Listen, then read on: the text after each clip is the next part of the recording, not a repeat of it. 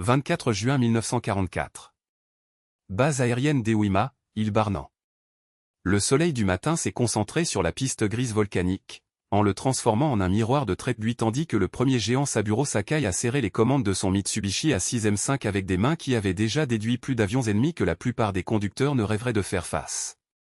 À travers la cabine, ses yeux scannaient l'horizon où, à tout moment, des escouades américaines émergeraient non dans des formations organisées comme en 1941, mais dans des essaims si denses qu'ils obscuraient le ciel comme des nuages de tempête. Nous en renversons des dizaines chaque semaine, mais ils reviennent en nombre encore plus important, toujours en plus grand nombre, murmura-t-il à un compagnon d'escouade quelques minutes avant le décollage. Ces mots, prononcés avec le calme résigné de ceux qui avaient déjà vu l'avenir, deviendraient l'épitaphe de l'aviation navale japonaise.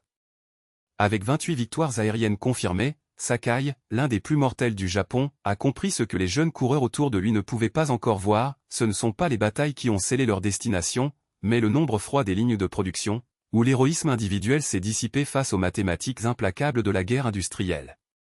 À 600 mètres à l'est, le 58 groupe de travail a préparé son attaque matinale.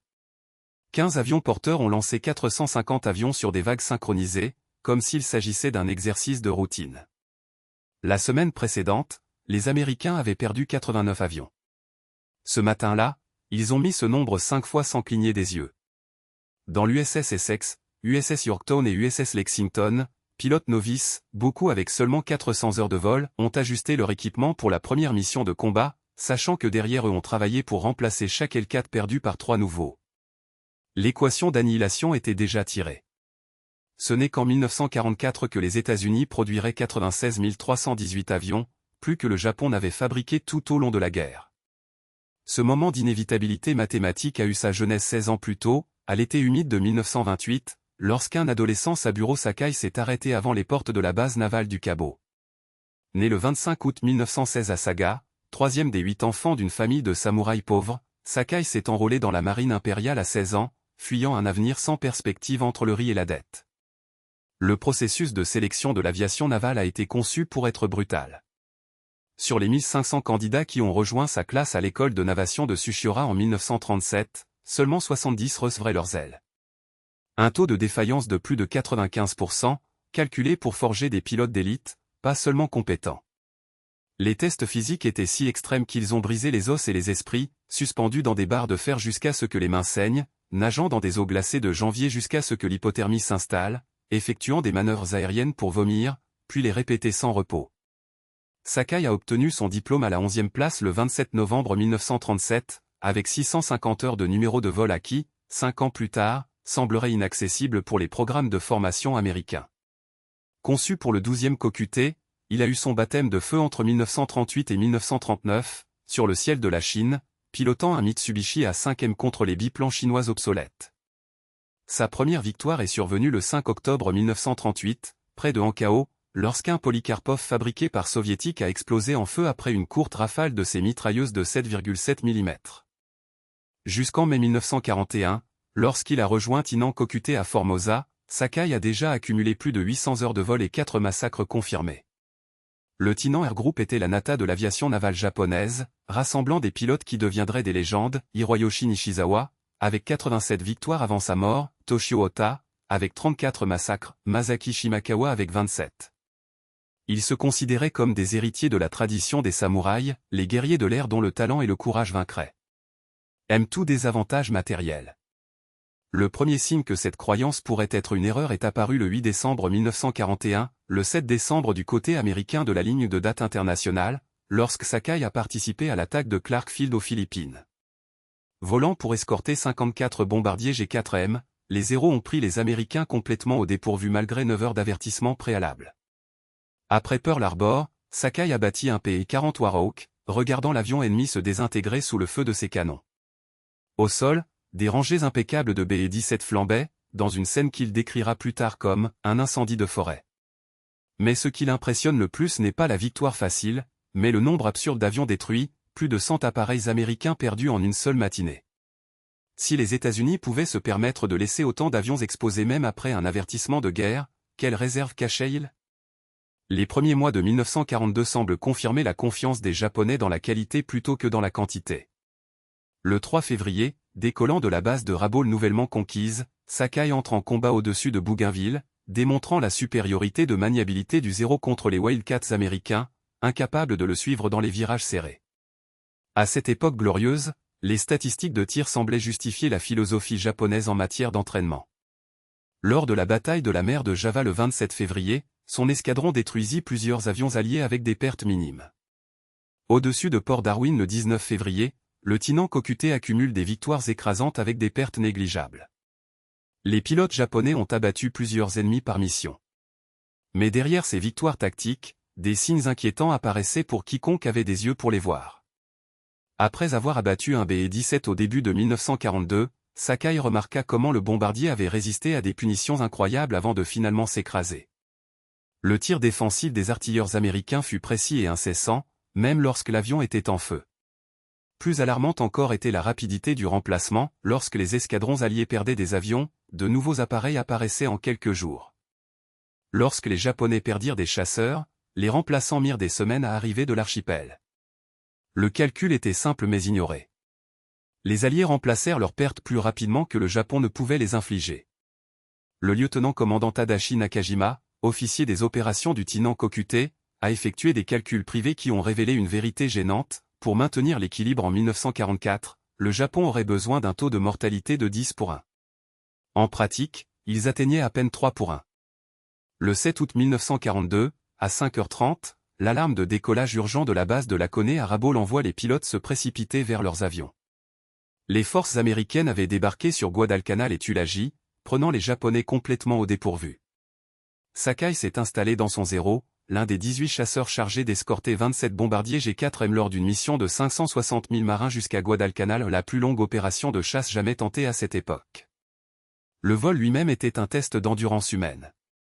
Pendant 4 heures, Sakai a maintenu sa formation au-dessus de la mer des Salomon, dosant du carburant avec une précision chirurgicale.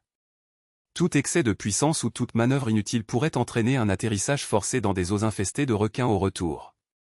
Derrière lui, des pilotes novices, fraîchement sortis de l'école de pilotage, peinaient à suivre. Les jeunes conducteurs ont eu du mal à maintenir leur formation, tandis que les aiguilles des jauges de carburant ont chuté plus rapidement que ne le prévoyaient les calculs optimistes. À 13h15, lorsqu'ils apparurent finalement au-dessus de Guadalcanal, ils virent un spectacle de puissance navale qui défiait la notion même de guerre. L'océan était couvert par une flotte qui s'étendait à perte de vue, écrira Sakai des décennies plus tard dans Samouraï, son autobiographie de 1957. Il a compté plus de 70 navires, dont celui auquel je ressemblais. Être 6 porte-avions. La réalité était encore plus écrasante, 82 navires alliés, avec 3 transporteurs d'escadron en Trise, Saratoga et Wasp lançant des patrouilles aériennes ininterrompues. Ce qui a suivi n'était pas seulement un combat, c'était un duel qui entrerait dans la légende de l'aviation militaire. Sakai a massacré une plongée avec une précision mortelle, avant de s'impliquer dans l'un des combats de chiens les plus épiques de l'histoire contre le lieutenant James Pugh Sutherland, un Wildcat du VF-5 de la Saratoga. Pendant près de 20 minutes, les deux avions ont dansé dans le ciel dans un ballet d'angles serrés mortels, des roulements et des contre-attaques. Sutherland, un vétéran avec plus de 500 heures de combat, a égalisé tous les mouvements de Sakai avec une efficacité froide, jusqu'à ce que les munitions l'ont forcé à briser l'engagement. Mais le moment décisif de la journée viendrait à 14h50, lorsque Sakai a repéré ce qu'il pensait être une formation lâche de 8 Wildcats à 8000 pieds sous lui. Une opportunité irrésistible. Il a roulé dans une attaque de plongée à l'arrière aveugle des ennemis, la position de 6 heures, fermant la distance jusqu'à 50 mètres avant de réaliser, trop tard, son erreur fatale. Ce n'étaient pas des combattants. C'étaient des bombardiers SBD Dauntless et en plongée avec des tireurs arrière. Harold Lou Jones, un marqueur de 3e classe à bord des Dundee du lieutenant Dudley Adams, versus 5, a ouvert le feu avec ses mitrailleuses Browning .30 juste au moment où Sakai comprenait le piège. Les balles ont atteint la précision chirurgicale. Un projectile a percé son crâne au-dessus de l'œil droit, le vaporisant instantanément. Un autre a fait réaliser son temple, provoquant une paralysie partielle sur le côté gauche du corps. Le sang s'est gâché dans son œil restant, l'aveuglant presque complètement. Ce qui est venu ensuite n'a pas été un vol, c'est un miracle de survie qui a contesté les limites de la physique humaine et de la volonté. Semi-conscient, à moitié paralysé et avec une vision réduite aux ombres floues, Sakai a recommencé une odyssée de 560 nautiques à Rabaul. Pendant 4 heures et 47 minutes, cela oscillerait entre la lucidité et le délire, inversant plusieurs fois zéro dans une plongée mortelle dans le Pacifique. Votre seul point de référence? Des colonnes de fumée volcanique qui se levaient sous forme de phares silencieux à l'horizon. Lorsqu'il a finalement atterri à Rabaul, le carburant restant a à peine atteint 10 litres. Les numéros de mission ont raconté la vraie histoire, le Japon a perdu 23 avions et ses équipages. Les Américains, moins d'avions, et la plupart de leurs pilotes abattus ont été sauvés. Alors que Sakai se rétablit dans les hôpitaux navals pendant 8 mois, la bataille aérienne sur Guadalcanal est devenue une machine à broyer de l'Air Force japonaise. Les données des mois suivants ont révélé des mathématiques implacables. Entre août 1942 et février 1943, la marine impériale a perdu près de 900 avions à Salomon. Chacun d'eux a transporté un pilote avec au moins 500 heures de vol, beaucoup avec plus de 1000. Des hommes qui ont représenté des années de formation irréprochables. Le Japon n'a pas pu remplacer cette perte. Ces écoles d'aviation n'ont obtenu que 100 pilotes par mois en 1943, et ceci, avec seulement 400 heures de formation, la moitié de la norme précédente. Pendant ce temps, les Américains ont formé 2500 aviateurs navals par mois seulement dans les pensées, sans parler de Corpus Christi, Jacksonville et San Diego. Chaque pilote américain a atteint le front avec 400 heures de vol, dont 100 dans des avions opérationnels, et a été intégré à des escouades où les vétérans les ont guidés dans les premières missions. Lorsque le commandant Minoru Janda, architecte de l'attaque de Pearl Harbor, a visité Guadalcanal en octobre 1942, qu'il a vu horrifié. Dans un rapport ultra secret qui a personnellement remis à l'amiral Yamamoto, il a écrit « Nous portons littéralement notre force aérienne navale dans une guerre de frottement. Nous ne pouvons pas gagner. L'ennemi reconstituera leur perte immédiatement. Nous ne pouvions pas le reconstituer du tout. Le Japon a tenté de compenser les innovations tactiques et épida le rayon d'action de Rabaul avec des bases avancées, a lancé des attaques massives coordonnées, développé de nouvelles manœuvres.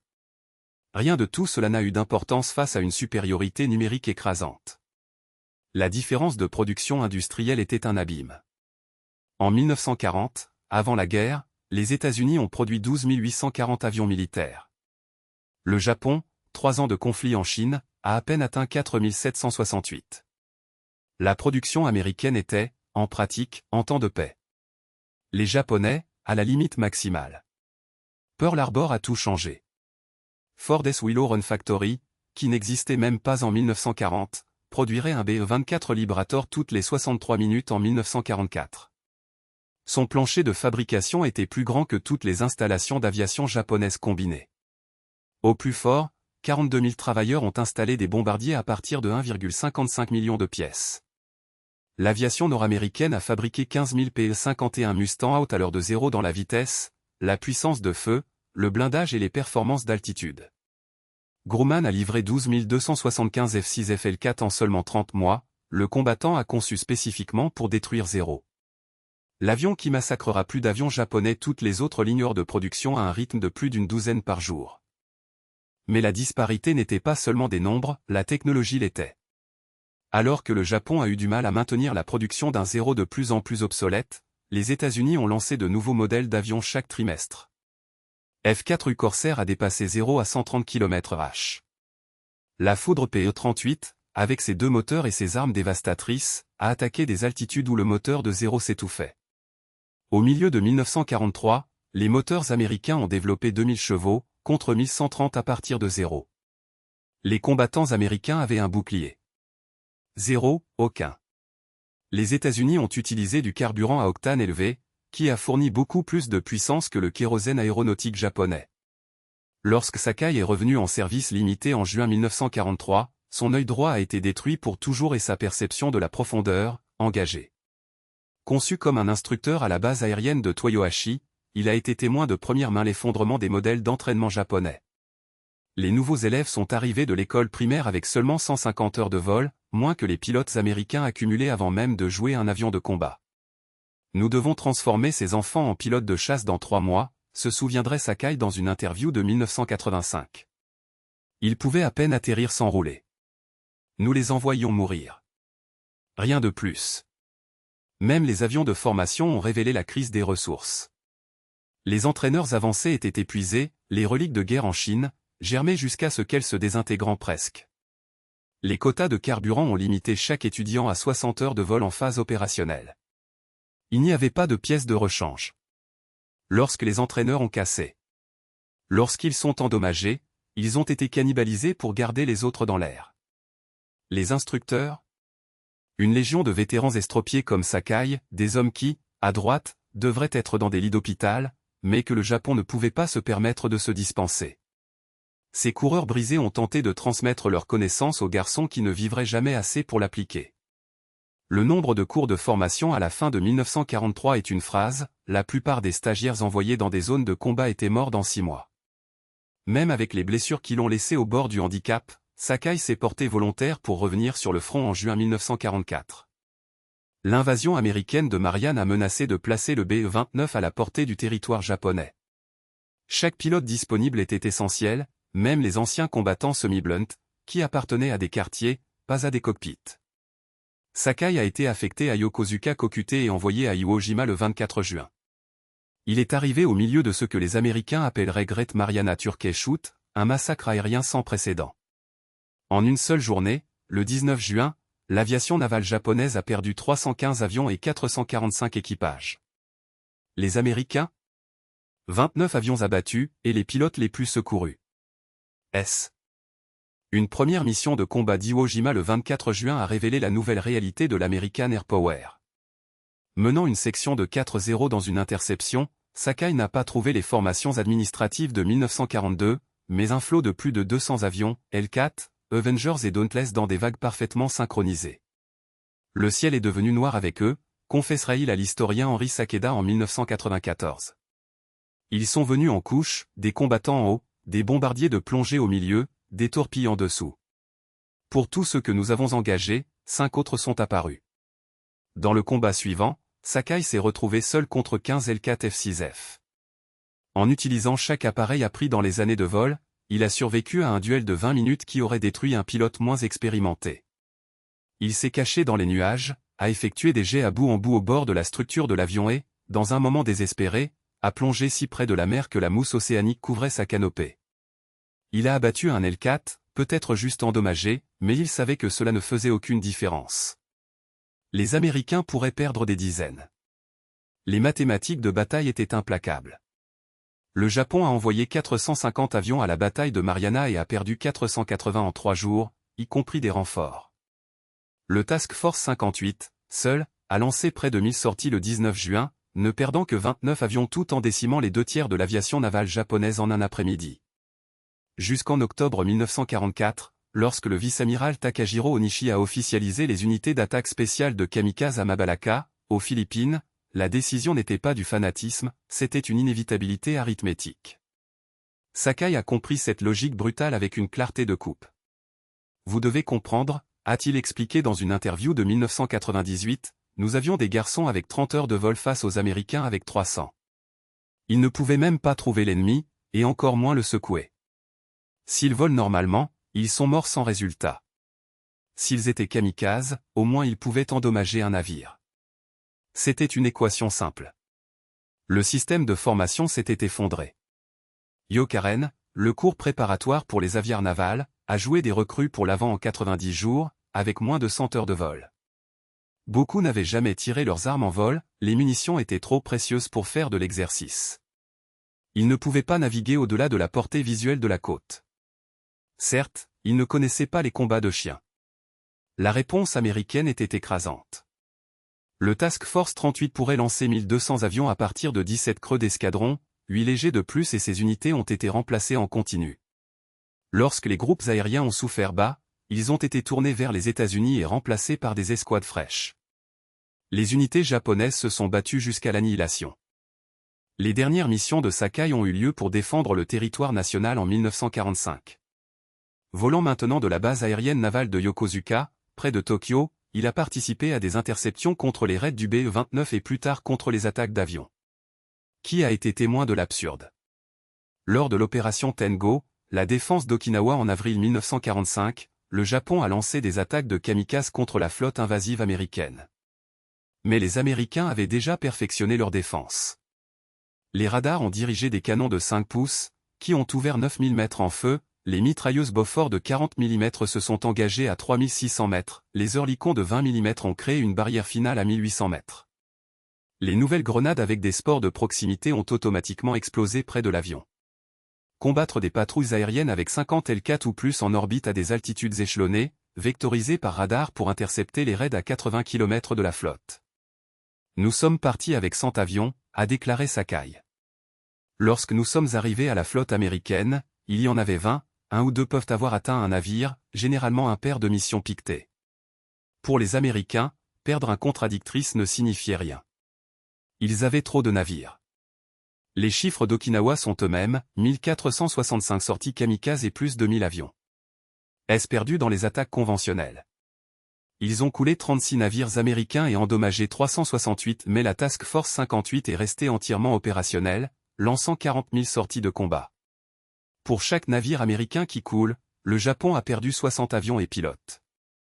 La dernière mission de combat de Sakai a eu lieu début août 1945, quelques jours avant la reddition japonaise. En direction d'une formation de Yokosuka 0, il a reçu l'ordre d'intercepter les bombardiers Dominator BE-32 qui ont photographié Tokyo.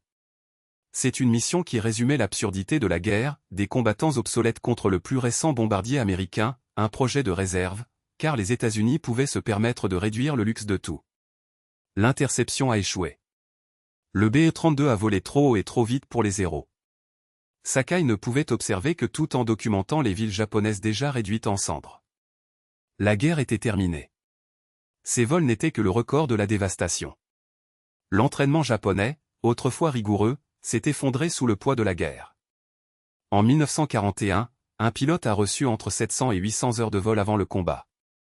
En 1945, ils ont à peine atteint 50 ans. Les substituts américains, en revanche, ont atterri dans le Pacifique avec plus d'heures de vol que de nombreux instructeurs japonais ont accumulé tout au long de leur carrière. Ce n'était pas seulement une question de chiffres, c'était une condamnation à mort annoncée. D'autres actions japonaises ont confirmé ce que Sakai savait déjà, la supériorité américaine n'était pas mythologique, c'était écrasant. Hiroyoshi Nishizawa, le plus grand au Japon avec 87 victoires, a remporté Sakai en octobre 1944 lors de sa dernière licence. Ce n'est pas comme auparavant, Saburo, lui a-t-il dit, sa voix chargée d'une démission que seuls ceux qui ont vu le ciel se rapprocher pouvaient comprendre. En 1942, j'ai attaqué les équipes seules. Maintenant, ils viennent en groupe de 50, 100, 200. Il n'y a pas de place pour manœuvrer. Il n'y a aucun issue. Nous nous noyons en chiffres. 26 jours plus tard, Nishizawa est décédé, non pas au combat, mais en tant que passager d'un transport par L4. Le plus grand au Japon n'avait aucune chance de brandir un joystick.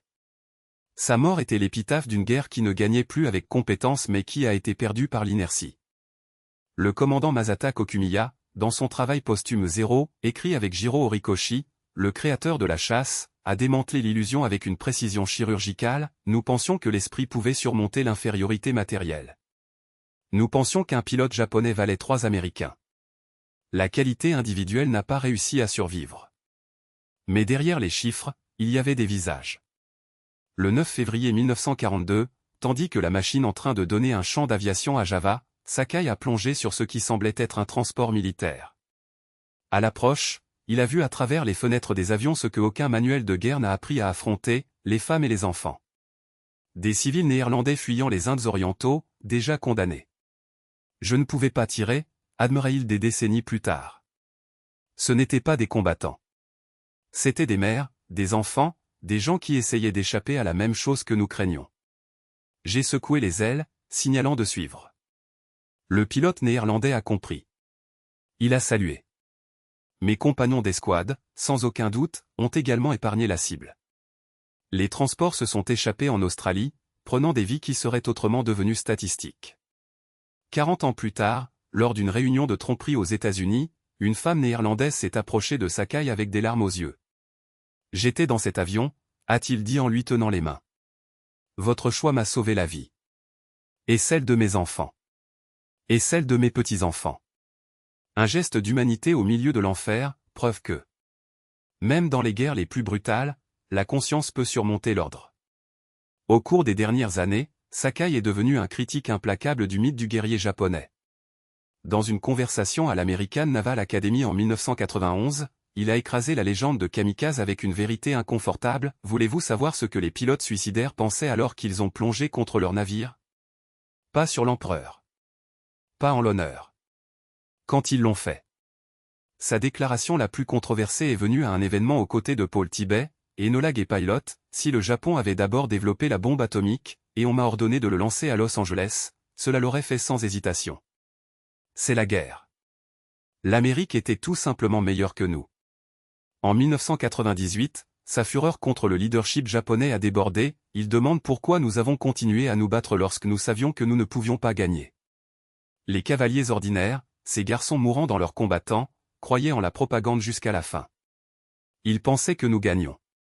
Seuls les hauts fonctionnaires connaissaient la vérité, et ont choisi l'honneur de la mort plutôt que de la honte. Ils connaissaient la force de l'Amérique. Ils avaient été là. Les Américains ont non seulement réalisé ce que les théoriciens militaires appellent une supériorité numérique écrasante, ils ont redéfini la nature même de la guerre. Lorsque chaque pilote japonais a été vu devant 5, 10 ou 15 adversaires, la capacité individuelle est devenue aussi non pertinente qu'une épée de samouraï contre un réservoir. Sakai a passé ces dernières décennies à construire des ponts où il n'y avait que des bombes auparavant.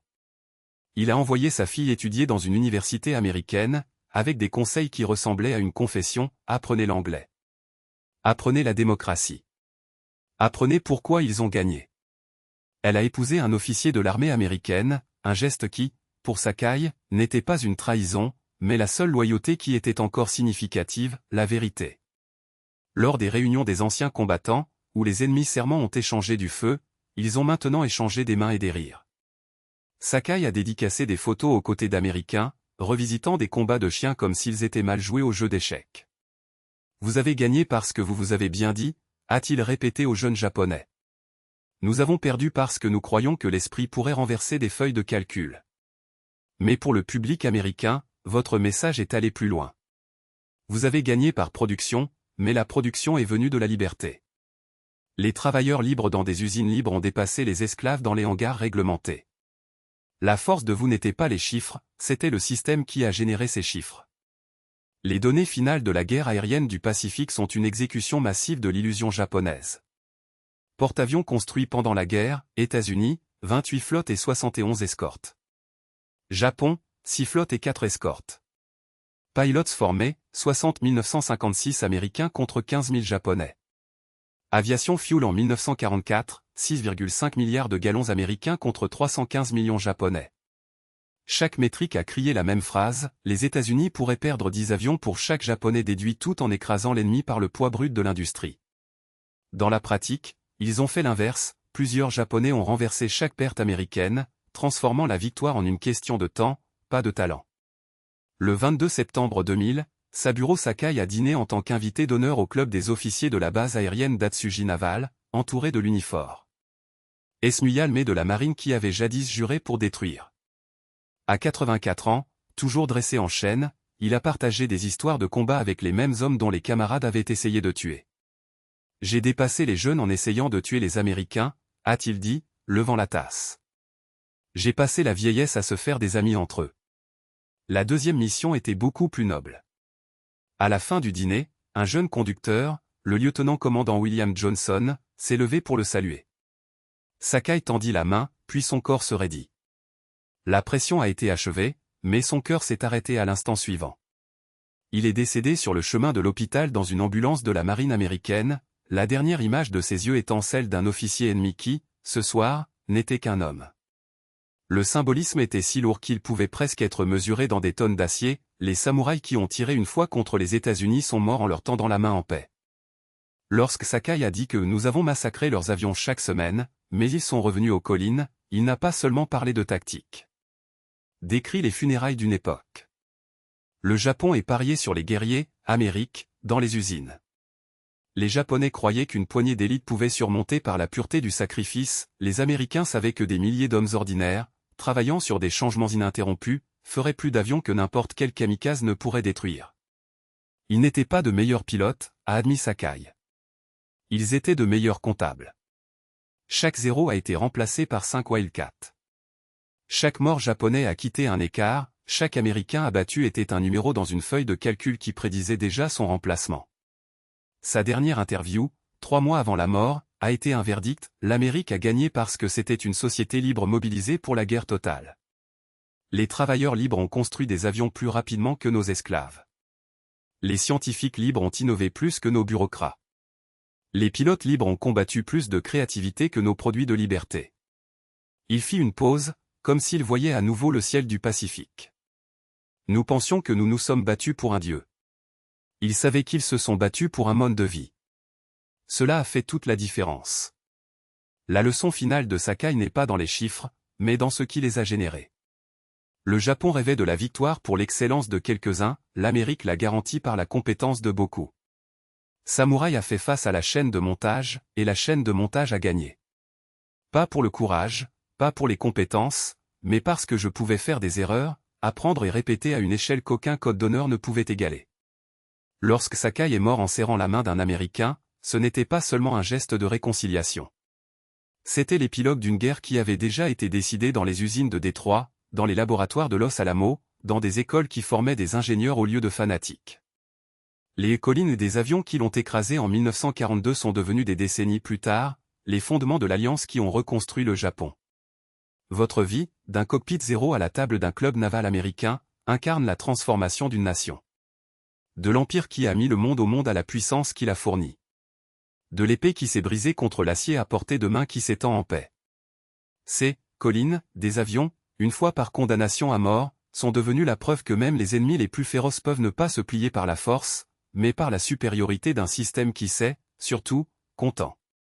Et à la fin, comme Sakai l'a découvert, les chiffres ont toujours le dernier mot.